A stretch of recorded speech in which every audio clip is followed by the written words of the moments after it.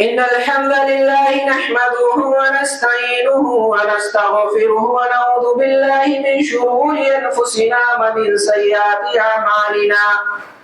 من يهده الله فلا مضل له ومن يضلله فلا هادي له وأشهد أن لا إله إلا الله وأشهد أن محمدا عبده ورسوله أما بعد فإن خير الحديث كتاب الله وخير الهدي هدى محمد صلى الله عليه وسلم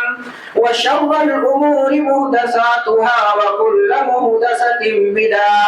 وكل بدعة ضلالة وفي رواية كل ضلالة في النار. محترم علماء کرام، بزرگوں، نوجوانوں، عزیز بچوں، پس پردہ موجود خواتین ملت اسلامیہ، ہر قسم کی بڑائی، کبریائی، حمد و ستائش، تعریف و توصیف اللہ رب العالمین کے لیے ہے، جو ساری کائنات کا خالق و رازق، مربی، پالنہار ہے. بعدہ کروڑوں درود و سلام کے پھول نچھاور ہوں اللہ کے تمام نبیوں اور رسولوں پر، خصوصاً آخری نبی جناب محمد رسول اللہ صلی اللہ علیہ وسلم کی ذات اطہر پر. محترم سامعین و حاضرین، آج کے اس خطبہ جمعہ میں جو عنوان آپ کے سامنے لے کر کے حاضر ہوا ہوں، وہ عنوان ہے بدگمانی. اللہ رب العالمین سے ہم دعا کرتے ہیں کہ اللہ رب العالمین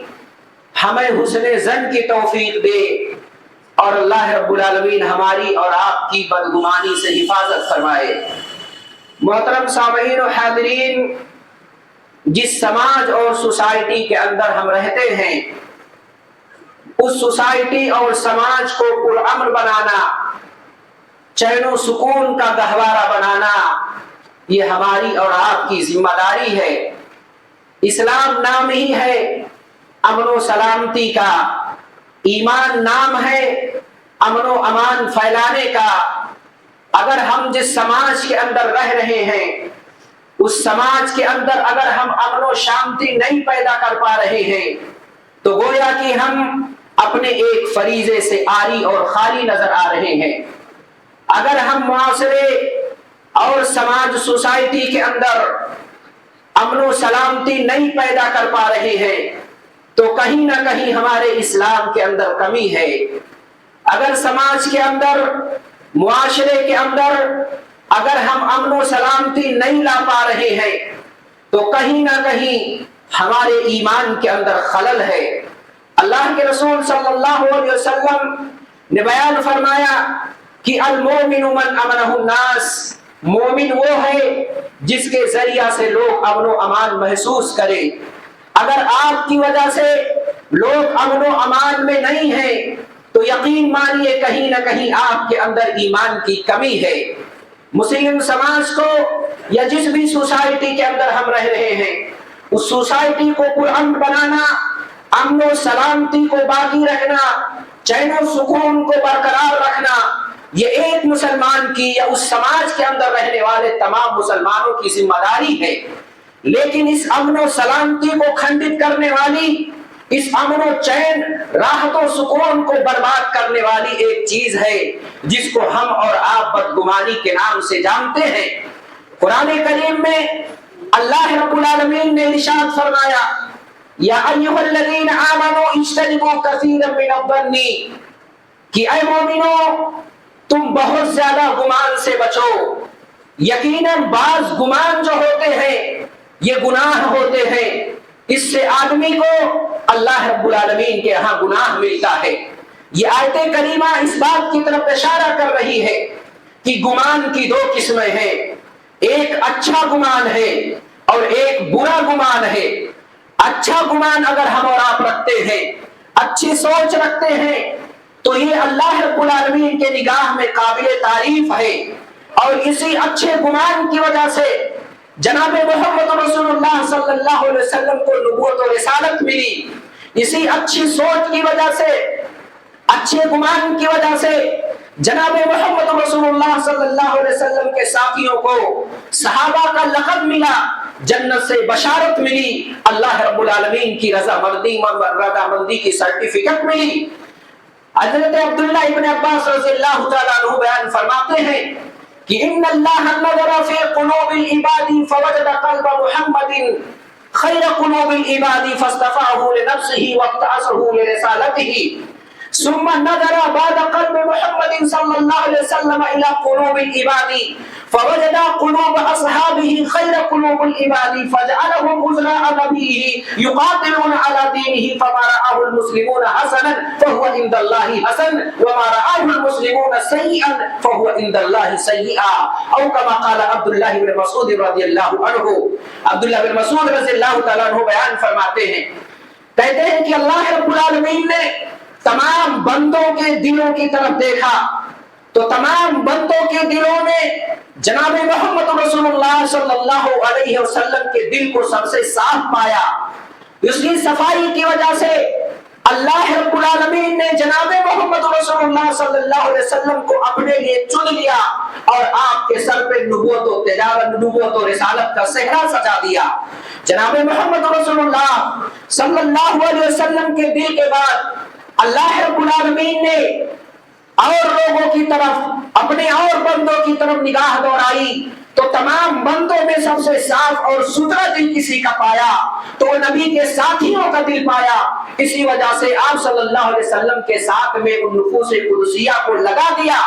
اور آگے عبداللہ بن مسعود رضی اللہ تعالیٰ عنہ بیان فرماتے ہیں، جس کو صحابہ کرام اچھا سمجھتے ہو وہ اچھا ہے، اور جو صحابہ کرام کی نگاہ میں برا ہے وہ سارے لوگوں کی نگاہ میں برا ہونا چاہیے۔ جو صحابہ کرام کے نگاہ میں شریعت تھی اسی کو ہمیں شریعت ماننا ہے، جو صحابہ کرام کی نگاہ میں شریعت نہیں تھی، جو صحابہ کرام کا عقیدہ نہیں تھا، صحابہ کرام کا منہج نہیں تھا، صحابہ کرام کا طریقہ نہیں تھا، صحابہ کرام کی سنت نہیں تھی، وہ چاہے کتنی بھی اچھی ہو بعد میں وہ چیز اچھی نہیں ہو سکتی ہے، بعد میں وہ چیز سنت نہیں ہو سکتی ہے۔ عبداللہ بن مسعود رضی اللہ تعالیٰ عنہ کا یہ قول بتا رہا ہے کہ جو صحابہ کرام کو جو اتنا بڑا مقام ملا وہ اسی دل کی صفائی کی وجہ سے اور اسی حسن سن کی وجہ سے اللہ رب العالمین نے انہیں دیا۔ دنیا کے اندر کوئی ایسا دل نہیں ہے جس کے دل کے اندر اچھا گمان نہ ہو۔ اچھا گمان تھا ان دلوں کے اندر لیکن ان کے دل بدگمانی سے پاک تھے، برے خیالات سے پاک تھے، جس کی وجہ سے اللہ رب العالمین نے جناب محمد رسول اللہ کو نبی اور آپ کے ساتھیوں کو صحابہ کا سرٹیفکیٹ دیا۔ یہ اسی دل کی صفائی کی وجہ سے، اسی حسن ظن کی وجہ سے تھا۔ یہ حسن ظن اگر ہے ہمارے اندر تو یہ شریعت کے اندر قابل تعریف ہے۔ حضرت انس بن مالک رضی اللہ تعالیٰ عنہ بیان فرماتے ہیں کہ ہم اللہ کے رسول صلی اللہ علیہ وسلم کے اندر، اللہ کے رسول صلی اللہ علیہ وسلم کے ساتھ صحن مدینہ کے اندر بیٹھے ہوئے تھے۔ اچانک اللہ کے رسول صلی اللہ علیہ وسلم نے کہا کہ ابھی اسی ایک دروازے سے ایک جنتی کا گزر ہوگا، ایک جنتی اسی دروازے سے داخل ہوگا۔ صحابہ کرام کی نگاہیں مشتاق ہو جاتی ہے کہ وہ کون خوش نصیب آدمی ہے جنہیں جناب محمد رسول اللہ صلی اللہ علیہ وسلم جنت کی بشارت دے رہے ہیں۔ اتنے میں ایک صحابی کی انٹری ہوتی ہے، ایک صحابی داخل ہوتے ہیں، اپنے جوتے کو اپنے ہاتھ میں لیے ہوئے ہیں، داڑھی سے وضو کے قطرات ٹپک رہے ہیں، آ کر کے مسجد کے ایک کونے میں بیٹھ کر کے عبادت میں لگ جاتے ہیں۔ دوسرے دن اللہ کے رسول شہر مدینہ کے اندر بیٹھے ہوئے تھے، وہی صحابہ کرام آپ کے ساتھ بیٹھے ہوئے ہیں۔ اللہ کے رسول صلی اللہ علیہ وسلم نے کہا ابھی تھوڑی دیر بعد تمہارے پاس ایک جنتی آدمی کا عروج مسعود ہوگا، ایک جنتی آدمی کا گزر ہوگا۔ صحابہ کرام کی نگاہیں، صحابہ کرام سر اٹھا اٹھا کر کے دیکھنے لگے وہ کون خوش نصیب آدمی ہے، لگتا ہے آج کوئی دوسرا آدمی ہے جنہیں اللہ کے رسول جنت کی بشارت دے رہے ہیں۔ دوسرے دن بھی وہی صحابی آتے ہیں، وہ پورا دن گزر جاتا ہے۔ تیسرے دن اللہ کے رسول جھرمٹے صحابہ کے اندر بیٹھے ہوئے ہیں، اللہ کے رسول نے پھر کہا ابھی ایک جنتی آدمی اس مسجد کے اندر داخل ہوگا۔ صحابہ کرام پھر دیکھنے لگے، عبداللہ ابن عمرو ابن عاص موجود ہیں، حضرت عبداللہ ابن عمر موجود ہیں، حضرت انس بن مالک موجود ہیں۔ ان کا گمان یہ تھا کہ کوئی تیسرا آدمی، کوئی دوسرا آدمی ہوگا جنہیں اللہ کے رسول جنت کی خوشخبری دے رہے ہیں۔ تیسرا دن گزرتا ہے تو وہی صحابی آتے ہیں جو پہلے دن آئے تھے، جو دوسرے دن آئے تھے، تیسرے دن بھی اسی صحابی صحابی کو اللہ کے رسول صلی اللہ علیہ وسلم نے جنت کی بشارت دیا۔ حضرت عبداللہ ابن عمرو ابن عاص کہتے ہیں میرے دل کے اندر تجسس پیدا ہوا، میں نے جاسوسی کیا، میں نے اپنے دل کے اندر سوچا کہ میں تلاش کروں گا یہ کون سا عمل کرتے ہیں جس عمل کی وجہ سے جناب محمد رسول اللہ صلی اللہ علیہ وسلم نے انہیں جنت کی بشارت دی ہے۔ وہ جا کر کے صحابی سے کہتے ہیں میری لڑائی ہو گئی ہے اپنے والد سے اور میں نے عہد کر لیا ہے 3 دن تک اپنے گھر پہ میں نہیں جاؤں گا، 3 دن میں باہر رہوں گا، میں چاہتا ہوں کہ آپ مجھے 3 دن کے لیے مہمان بنا دے۔ صحابی رسول کہتے ہیں خوشی سے آئیے، میں آپ کو مہمان بنانے کے لیے تیار ہوں۔ وہ صحابی کے ساتھ چلے جاتے ہیں۔ عبداللہ ابن عمرو بن عاص رضی اللہ تعالیٰ عنہ کہتے ہیں میں صحابی کے گھر پہ گیا، صحابی نے کھانا بنایا کھلایا، عشاء کی نماز ہم نے ساتھ میں ادا کی، عشاء کی نماز ادا کرنے کے بعد وہ اپنے بستر پہ چلے گئے، میں اپنے بستر پہ چلے آیا۔ رات ہو جاتی ہے، تہجد کا وقت ہو جاتا ہے، قیام کے لیے بیدار نہیں ہوتے ہیں، ڈائریکٹ فجر میں بیدار ہوتے ہیں، فجر کی نماز جماعت کے ساتھ ادا کرتے ہیں۔ میں نے سوچا کہ میں جو سوچ کر کے آیا تھا کہ کوئی اچھی عبادت کر رہے ہوں گے، کوئی زائد کام کر رہے ہوں گے، جس زیادہ عمل کی وجہ سے اللہ کے رسول صلی اللہ علیہ وسلم نے جنت کی بشارت دی ہے، سوچا آج تو انہوں نے وہ کام نہیں کیا، ہو سکتا ہے کل یہ کام کرے، کل پہ ٹال دیتے ہیں، کل بھی اسی طرح وہ عمل صحابہ کرام وہ صحابی کرتے ہیں، کوئی زائد کام نہیں کیا، کوئی اور زائد کام نہیں کیا۔ دوسری رات بھی گزر جاتی ہے، تیسری رات جب آتی ہے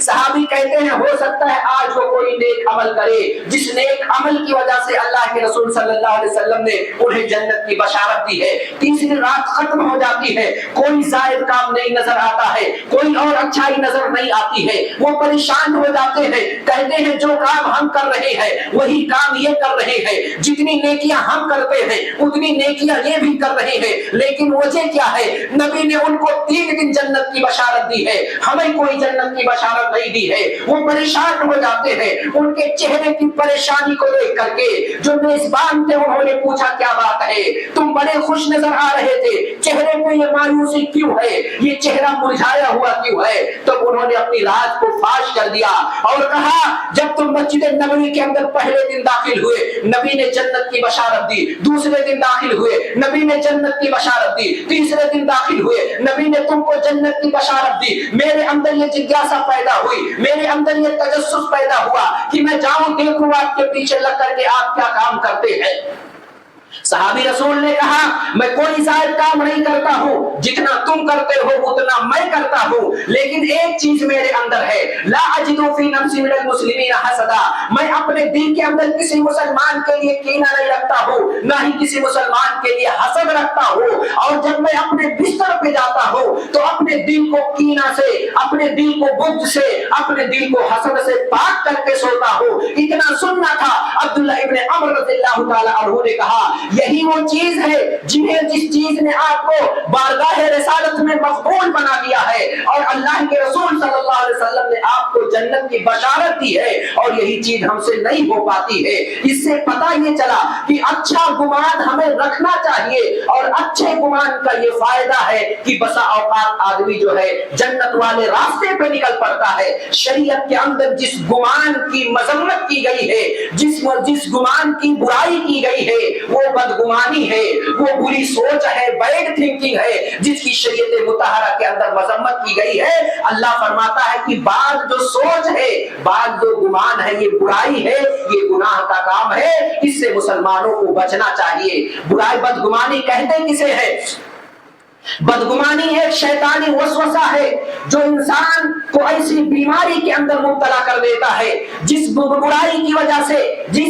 جو بیماری انسان کے چین و سکون اور امن و راحت کو جو بیماری غارت کر دیتی ہے، برباد کر دیتی ہے، اس کے دل سے چین کو کھینچ لیتی ہے، سکون کو پامال کر دیتی ہے، آدمی جہاں بھی رہتا ہے پریشان نظر آتا ہے۔ اور یہ جو بدگمانی ہے یہ سب سے پہلا کام جو کرتی ہے انسان کو دشمنی پر ابھارتی ہے، اور دشمنی کا کام یہ ہے کہ آدمی کو انتقام پہ ابھارتا ہے، اور جب آدمی انتقام کے راستے پر آ جاتا ہے تو وہ صحیح غلط کی تمیز نہیں کرتا ہے، وہ انتقام کے ہوس میں انتقام کی آگ کو بجھانے کے لیے جائز و ناجائز دونوں راستے کو اختیار کرتا ہے۔ اسی وجہ سے شریعت اسلامیہ نے جو ہے شریعت اسلامیہ نے اس گمان کی مذمت کی ہے۔ امام غزالی رحمہ اللہ نے بدگمانی کے تعلق سے ایک واقعہ نقل کیا ہے۔ واقعہ یہ ہے کہ ایک آدمی